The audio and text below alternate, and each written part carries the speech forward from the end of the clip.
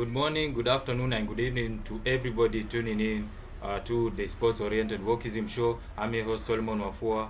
The show is all about digging deep into the headlines of sports culture, which Wokeism has been infested into, and making sure that whatever I give you makes sure that this is something that will spark a conversation and let you guys know whether Wokeism is destroying the sports industry and or culture, sports culture in its entirety, because wokeism is no longer a cry for social change between ethnic groups in a certain nation, but rather is now a political ideology whereby if you don't agree with the liberal progressive agenda, you get either cancelled, jailed, or killed. And that's what is happening mostly in the West. Either you live in the UK and Europe, or rather you're living in North America, which is USA and Canada, or you're living in South Australia and New Zealand.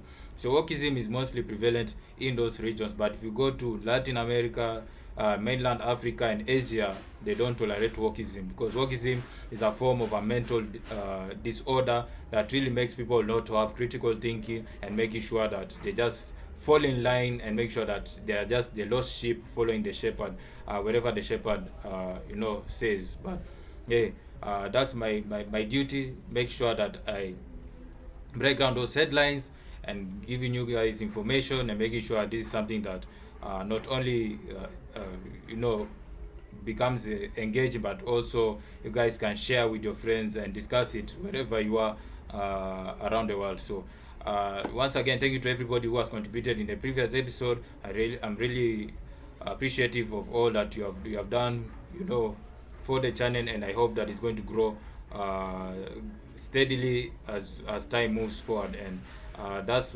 where we are going. We are going with we are going with the wave and make sure that the wave doesn't stop, just like how you see surfers do their thing on the water. So today, as you can see, I'm wearing red because today is going to be bloody in terms of what is happening on the pitch. Not bloody like as in a war, but bloody in terms of football entertainment. And the title I'm going to be talking about today is the 2023 AFCON semis preview, and also what has been happening even before today, because today is the 7th of February 2024, and we all know AFCON is going to end this coming weekend on the 11th of February. So the meaning it's 4 days to go, but hey, that's what I'm going to be sharing with you today, and I hope you're going to have fun. And yeah, let's jump right into it. Of course, before I dwell into the preview on the field, there has to be some events that happen off the field. Now, there's going to be two events that occurred a few days before today, and of course, it's all about the rivalry between South Africa and Nigeria. As you're all aware that South Africa, I see South Africa as the United States of Africa, the way the country, is looking in terms of culture, in terms of even how they do their business, and even their relations with the Western world. So that's how I see it. And Nigeria, of course, you all know Nigeria is the most populated nation in Africa. At the same time, is the country with the biggest entertainment industry in Africa, and at the same time, it's the richest nation by nominal GDP. That is basically like the money they make the most from all the activities they do in that nation. So these two colliding today at 8 p.m. East African time. But there are two significant events that happened off the field that is unrelated to football, but is somehow indirectly related to football. Now, I'm going to tell you which one I'm talking about. And the first one is talking about the debut Grammy win for Tyler over other African nominees who are mostly Nigerian. That sparked the South Africa-Nigeria rivalry. Of course, the Grammys happened last Sunday on the 4th of February in Los Angeles, California. And out of all the nominees that were nominated for the new category called the Best African Music Performance, Tyler of South Africa won it. Now, let me give you some facts. Now, Tyler is 22 years old. This is her first Grammy she's attending live. This is her first Grammy win, and at the same time, she's the first South African to win the Grammys in a very long time, and so her winning it at 22, it had mixed reviews. If you go to YouTube or TikTok, they're going to explain to you further. But uh, what Tyler has just done is telling Africa that, hey, I rule African music. With the Amapiano that is from Africa, and I'm sure the Nigerians did take it lightly, and so.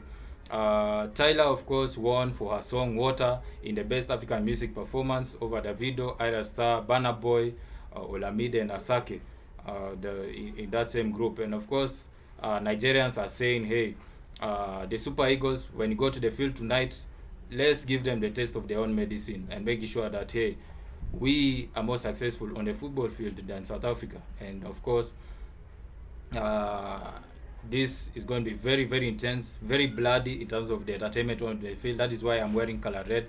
I'm just a neutral party, but hey, that's what is going down now. Of course, also what was happening in the Grammys, Tyler winning the Grammy is like 1-0 on the field.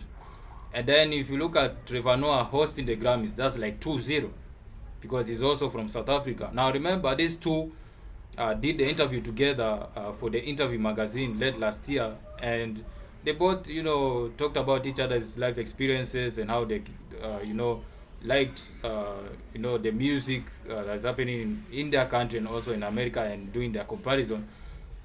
It's like both of them are the ones who are carrying the wins for South Africa. One is hosting the Grammys, the other one is winning the Grammy. But not forgetting, Nigerians also had something to carry home with, and that is Burna Boy being the first Afrobeats artist to perform at the main stage of the Grammys. Not the premiere ceremony that happens 1 or 2 hours before the main event, but in the main event where all the celebrities you can think of, you're going to sing it in front of. And he did it as you're singing the songs, sitting on top of the world alongside 21 Savage and a surprise guest, Brandy, who is a legend on her own. So I see the score being 2-1, but also another fact, Burna Boy had more nominations than Doja Cat. Now Doja Cat is a South African American. Why do I say that? Because her father is from South Africa and her mother is Jewish American. So look at that. And still Burna Boy did not walk away with anything. I'm sure they're going to take that really, really seriously as they meet on the field tonight when the Super Eagles meet Bafana Bafana in the 2023 AFCON semis. And let's see how it's going to go down. Now that is one event that happened just recently, and then there was another one that happened yesterday or 2 ago, and this is about the letter which was posted by the the Nigerian embassy in South Africa, and they are saying that, hey, football fans from Nigeria who are in South Africa, be careful how not only go where you're watching the games, but also how you celebrate it in case the Super Eagles wins it. And according to South Africa, cabinet, the ones in charge of foreign affairs, they said that is just a hoax, or is a false alarm in quotes. Why? Because they are saying that this is just something to paint a bad picture on South Africa, and for those of you who know a bit of history, South Africa has been through xenophobia in a very long time, even though today is not that prevalent like during the days of apartheid.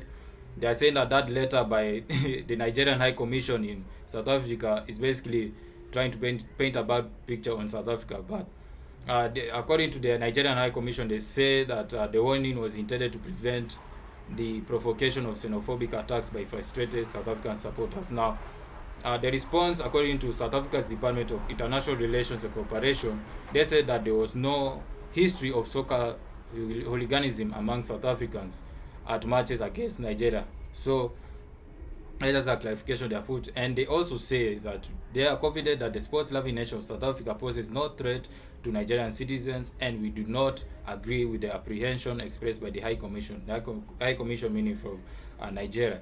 And they continue to say that the advisory is regrettable because it seems to create alarm and unnecessary tension between the citizens of South Africa and Nigerians living in or visiting South Africa. So meaning those who are working in South Africa and the ones who are coming to visit. Now, of course, Nigeria is here to respond to the statement from the South African officials, and we all, I'm sure some of you who have been to South Africa or who are South Africans living there know that South Africa is like the United States of Africa, where fellow Africans from different regions of the continent go there to seek better economic opportunities and many other things, just to make sure that their lives are better than how they left it in their home countries. And yeah, looks like the rivalry is not only on the field but also off the field. But hey, let's see how it's going to happen, and also in Hollywood, because South Africa and Nigeria are basically the two biggest entertainment industries in Africa, and I know it's been taken notice by America, by the UK, by Europe and Australia and what have you. So that's what was happening off the field. And when you dwell into on the pitch, two games happening tonight. South Africa facing Nigeria. Facts to know, South Africa has never beaten Nigeria in AFCON, and they have met 3 times, meaning South Africa has beaten Nigeria has beaten South Africa in all the 3 matches, and they're meeting again. This is like their 4th time, and records show that Nigeria have the highest chances of qualifying for the final. Why? Because they have the most valuable squad in terms of the talent they have at their disposal rather. But another fact to share with you is that both countries share the record for the most clean sheets in this particular tournament in this current edition.